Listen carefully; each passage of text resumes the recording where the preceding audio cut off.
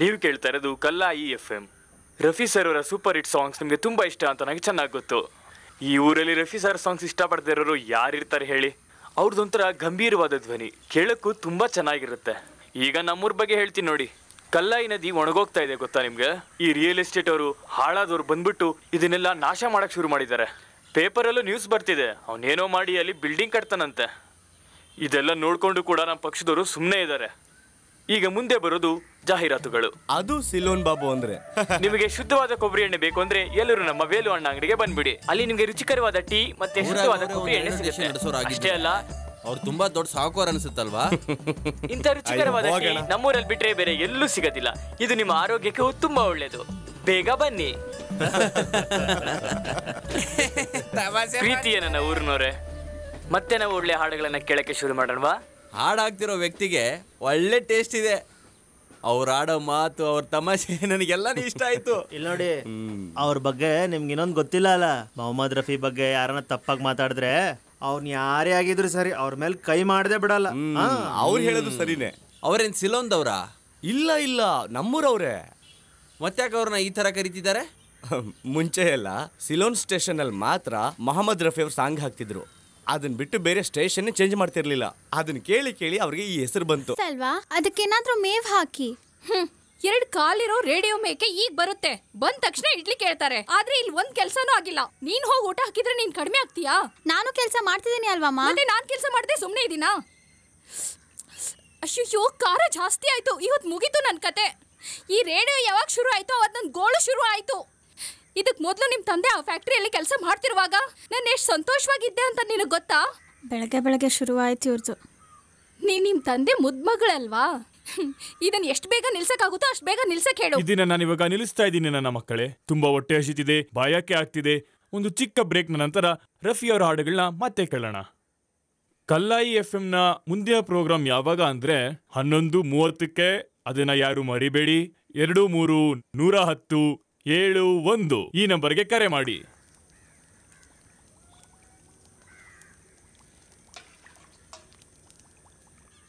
ಹಲೇ ಪೋಲೆ ಬಸಾ ಹೋ ಮೇರಾ ಮೆಹಬೂಬ್ ಆಯಾ. ಕೇಳಕ್ ತುಂಬಾ ಚೆನ್ನಾಗಿದೆ ಅಲ್ವಾ? ನೀನು ಹೇಳೋದು ಕರೆಕ್ಟ್ ಆಗಿದೆ ಜಮೀಲಾ. ಹರ್ಷದ್ ಜೈಪುರ್ನ ಸಾಹಿತ್ಯ, ಶಂಕರ್ ಜಯಕೃಷ್ಣ ಅವರ ಸಂಗೀತ, ಆಮೇಲೆ ರಫಿ ಸರ್ನ ಸುಂದರವಾದ ಧ್ವನಿ. ಇನ್ನೊಂದ್ಸರಿ ಹಾಡ್ತೀನಿ ಕೇಳು. ಬಜಾರು ನನ್ ಹಾಡ್ ಚೆನ್ನಾಗಿದೆ ಅಂತ ಹೇಳ್ದೆ ತಾನೆ, ಮತ್ತೆ ಹಾಡ್ತಾ ಇದ್ದೀರಾ?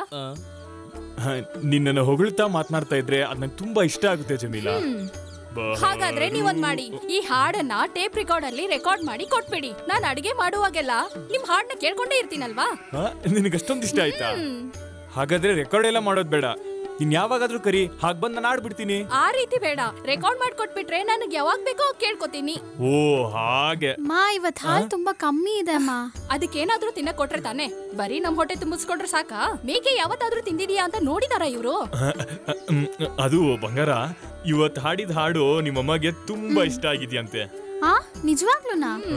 ನಿಮ್ಮ ಅಪ್ಪನ ಧ್ವನಿ ಬರ್ತಾ ಬರ್ತಾ ಕೇಳಕ್ ತುಂಬಾ ಚೆನ್ನಾಗಿದೆ. ಈ ಬಂಡೆ ಮೇಲೆ ತೆಂಗಿನಕಾಯಿ ಚಿಪ್ನ ಉಜ್ಜಿದ್ರೆ ಶಬ್ದ ಬರುತ್ತಲ್ಲ, ಆ ತರ ಇದೆ. ನನ್ ಮಗ ಒಳಗೆ ಇದ್ದಾನೆ, ಕೇಳಿದ್ರೆ ಅಷ್ಟೇ ನಿಮ್ ಕತೆ. ಕೇಳಿದ್ರೆ ಏನೋ ನಮ್ ತಿಂದಾಕ್ಬಿಡ್ತಾನ ಮಾಡ್ತಾನೆ, ಗೊತ್ತಿಲ್ವಾ ನಿಮ್ಗೆ? ಈ ತೇರೆ ಮೇರೆ ಹಾಡ್ ಮುಂದೆ ಏನಾದ್ರೂ ನಿಂತ್ಕೊಂತಾನ ನಿನ್ ತಮ್ಮ ಅವನು? ತೇರೆ ಮೇರೆ ಸಪನೆ ಅಪ್ ಏಕ್ ರಂಗ್ ಹೈ, ಓ ಜಹಾं ಜಲೆ ಜಾನೆ ಜಹೆ, ಓ ಜಹಾಂ ಜಲೆ. ಅಪ್ಪ, ನೀವು ಮೊಹಮ್ಮದ್ ರಫಿ ಅವ್ರ ಫ್ಯಾನ್ ತಾನೆ? ಈ ರೀತಿ ಎಲ್ಲ ಹಾಡಿ ಅವ್ರ ಹೆಸರನ್ನ ಯಾಕಪ್ಪ ಹಾಳು ಮಾಡ್ತಿದ್ದೀರಾ? ಇಲ್ಲಿ ಯಾರಿಗೂ ಗೊತ್ತಿಲ್ಲ ಮೊಹಮ್ಮದ್ ರಫಿ ಯಾರು ಅಂತ. ರಫಿ ಸರ್ ಬಗ್ಗೆ ಇನ್ನೊಂದು ಮಾತು ಮಾತಾಡ್ಬೇಡ ಬಂಗಾರ. ನಿಮ್ ತಂದೆಗೆ ಚೆನ್ನಾಗಿ ಹಾಡಕ್ ಬರುತ್ತೆ. ಇನ್ನೊಂದು ಹಾಡು ಕೇಳಿಸ್ಕೊ. ಸೋ ಸಾಲ್ ಪೆಹಲೆ ಮುಜೆ ತುಮ್ಸೆ ಅಪ್ಪ, ನೀವ್ ಆ ಕಡೆ ಎಲ್ಲಾದ್ರೂ ಹೋಗಿ ಹಾಡಿ, ದಯವಿಟ್ಟು ಇಲ್ಲಿ ಬಂದು ತೊಂದರೆ ಕೊಡ್ಬೇಡಿ. ಹೋಗಿ ಹೋಗಿ ಹೋಗಿ ಹೋಗಿ ಅಪ್ಪ.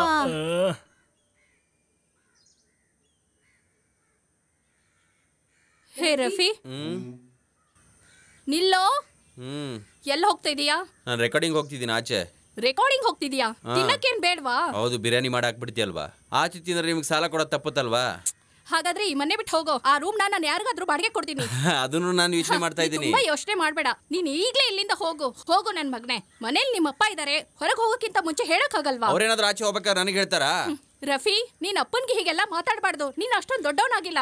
ನಾನು ಹೇಳಿದ್ನ ದೊಡ್ಡವನಾಗಿ ಮುದುಕಾಗಿದ್ದೀನಿ ಅಂತ. ನಮ್ಮ ಅಪ್ಪಗೆ ಯಾವಾಗ ನೋಡಿದ್ರು ಮ್ಯೂಸಿಕ್ಗೆ, ಅದು ಮೊಹಮ್ಮದ್ ರಫೀಕ್ದೆ. ನಂದಂತರೂ ಕೇಳೋದೇ ಇಲ್ಲ. ನನಗೆ ರಫಿ ಮೊಹಮ್ಮದ್ ಅಂತ ಹೆಸರಿಟ್ಟಿದಾರಲ್ವಾ, ನನ್ನ ಗೆಜೆಟಲ್ಲಿ ನನ್ನ ಹೆಸರನ್ನ ಬದಲಾಯಿಸ್ತಿದ್ದೀನಿ. ಹೋದ್ವಾರ ಪಕ್ಕದ ರೋಡಲ್ಲಿ ಒಬ್ರು ತೀರ್ಕೊಂಡ್ರಲ್ಲ, ಅವ್ರ ಹೆಸರಿಟ್ಕೋ, ಕಶಮುಷಾದ್. ಅವ್ರ ಹೆಸರು ಚೆನ್ನಾಗಿರುತ್ತೆ. ಒಂದ್ ಸ್ವಲ್ಪ ದಿನದಿಂದ ನೀನು ಹುಚ್ಚುಚ್ಚಂಗ್ ಆಡ್ತಾ ಇದೆಯಾ ಅಲ್ವಾ?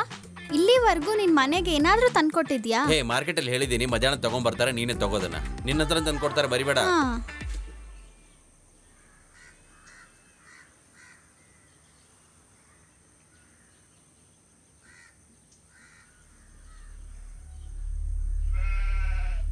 ಏನೋ ಮುಖ ಬಾಡೋಗಿದೆ. ಮನೇಲಂತೂ ಕುತ್ಕೊಳಕ್ ಆಗ್ತಾನೆ ಇಲ್ಲ ನನಗೆ. ಕಷ್ಟಪಟ್ಟು ಒಂದು ಸಿನಿಮಾ ಬೇರೆ ಮಾಡಿದೆ. ಫ್ರೆಂಡ್ಸ್ ಎಲ್ಲ ದುಡ್ಡು ಹಾಕಿದ್ರು, ನಾನು ಸ್ವಲ್ಪ ಆಚೆ ಕಡೆಯಿಂದ ಸಾಲ ಮಾಡಿದೆ. ಇವಾಗ ಮಾಡ್ಕೊಂಡಿರೋ ಸಾಲ ನನಗೆ ಕುತ್ತಿಗೆಗೆ ಬರ್ತಾ ಇದೆ. ಒಬ್ಬರಿಗೆ 16,000 ರೂಪಾಯಿ ಕೊಡ್ಲಿಕ್ಕಿದೆ. ಅವನು ಇವಾಗ ಮನೆಗೆ ಬಂದಿದ್ದಾನೆ.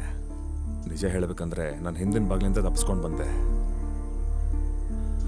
ಒಬ್ಬ ಕಲೆಗಾರನಿಗೆ ಸಾಲ ಜಾಸ್ತಿ ಆದ್ರೆ ಆ ಕಲೆ ಹೊಟ್ಟೋಗುತ್ತೆ, ತಲೆ ಕೆಟ್ಟೋಗುತ್ತೆ. ಎಂತ ಕೆಲಸ ಮಾಡ್ದೆ ಕಣೋ ನೀನು. ಸರಿಯಾಗಿ ಸಿಗಾಕೊಂಡ್ಬಿಟ್ಟಿದ್ದೀನಿ ನಾನು. ಈ ಪರಿಸ್ಥಿತಿಯಿಂದ ನಾನು ಹೇಗೆ ಆಚೆ ಬರ್ತೀನಿ ಅಂತ ನನಗೆ ಗೊತ್ತೇ ಆಗ್ತಾ ಇಲ್ಲ. ನನಗೂ ಇದೇ ಸಮಸ್ಯೆನೆ. ರೇಡಿಯೋದಲ್ಲಿ ಅಡ್ವರ್ಟೈಸ್ಮೆಂಟ್ ಹಾಕು ಅಂತ ಎಲ್ಲರೂ ಕೇಳ್ತಾರೆ. ಕಾಸು ಕೇಳಿದ್ರೆ ಮಾತ್ರ ಒಂದೇ ಉತ್ತರ, ಮುಂದಿನ ವಾರ ಬನ್ರಿ. ಏನ್ ಮಾಡೋದು?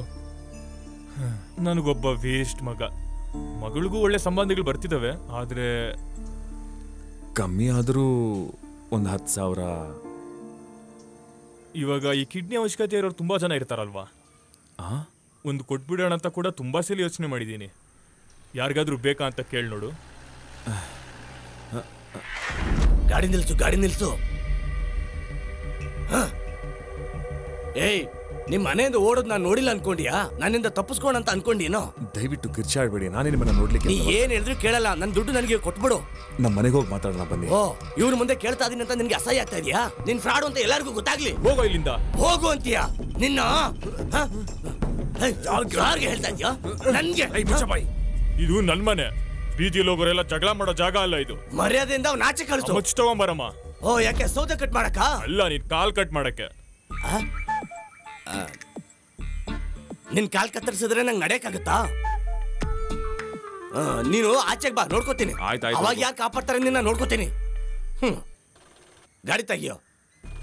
ಹೇ, ನೀನ್ ಎಲ್ಲಿಗೆ ಹೋಗ್ತಾ ಇದೀಯೋ? ಬಾ, ಮನೆ ಒಳಗ್ ಬಾ. ಇಲ್ಲ ಮಮ್ಮ, ನಾನು ಆಮೇಲೆ ಬರ್ತೀನಿ.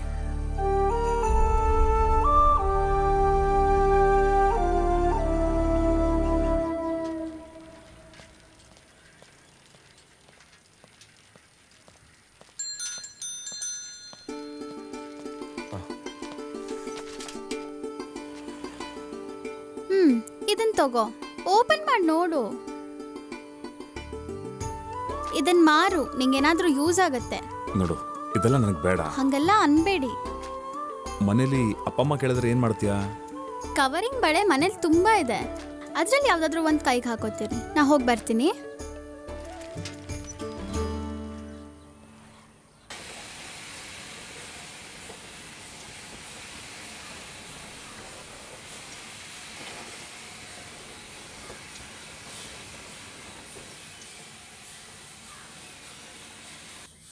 ಅದನ್ನ ಆಫ್ ಮಾಡು. ಅಲ್ಲ ತಮ್ಮ, ನೀ ಏನ್ ಮಾಡ್ತಿದ್ದೀಯಾ? ಒಂದು ಪ್ರೋಗ್ರಾಮ್ ಮಾಡೋದಕ್ಕೆ ಇನ್ನೊಂದು ಪ್ರೋಗ್ರಾಮ್ನ ಹುಡುಕ್ತಾ ಇದ್ದೀನಿ, ಅದಕ್ಕೆ ಬಂದೆ. ಅದಕ್ಕೇನೆ ನೀನ್ ಏನ್ ಮಾಡ್ತಿದ್ಯಾ ಅಂತ ಕೇಳಿದ್ದು. ನಾನು ಹಿಂಗೆ ಹೇಳಿದ್ರೆ ಅರ್ಥ ಆಗಲ್ಲ ಅಣ್ಣ, ಇದೊಂದು ಕೆಲಸನೇ. ಒಂದು ಗೊತ್ತಾಗ್ತಿಲ್ಲ. ಅಲ್ಲಪ್ಪ, ನೀನು ಆ ಸಿಲೋನ್ ಅವ್ರ ಮಗ ಅಲ್ವಾ? ಹಂಗೆ ಊರಲ್ಲೆಲ್ಲ ಹೇಳ್ಕೊಂತ ಇದ್ದಾರೆ. ಹಾಗಾದ್ರೆ ನಿನಗೆ ಅನುಮಾನ ಇದೆಯಾ? ಎಲ್ಲರೂ ಹಂಗೆ ಹೇಳುವಾಗ ನನಗೂ ಅನುಮಾನ ಬಂದೇ ಬರುತ್ತಲ್ವಾ? ನೀವೇ ಸ್ವಲ್ಪ ಯೋಚನೆ ಮಾಡಿ. ಬೆಳಿಗ್ಗೆ ನನಗೂ ತಂದೆಗೂ ಒಂದು ದೊಡ್ಡ ಜಗಳನೇ ಆಯಿತು. ನಾನು ಏನೇ ಹೇಳಿದ್ರು ತಿರುಗಿ ಒಂದು ಮಾತು ಹೇಳಿಲ್ಲ ಅಂದ್ರು ನಾನು ಅವ್ರ ಮಗನೇ ತಾನೆ. ಇಷ್ಟೇ ಮನುಷ್ಯರ ಬದುಕು.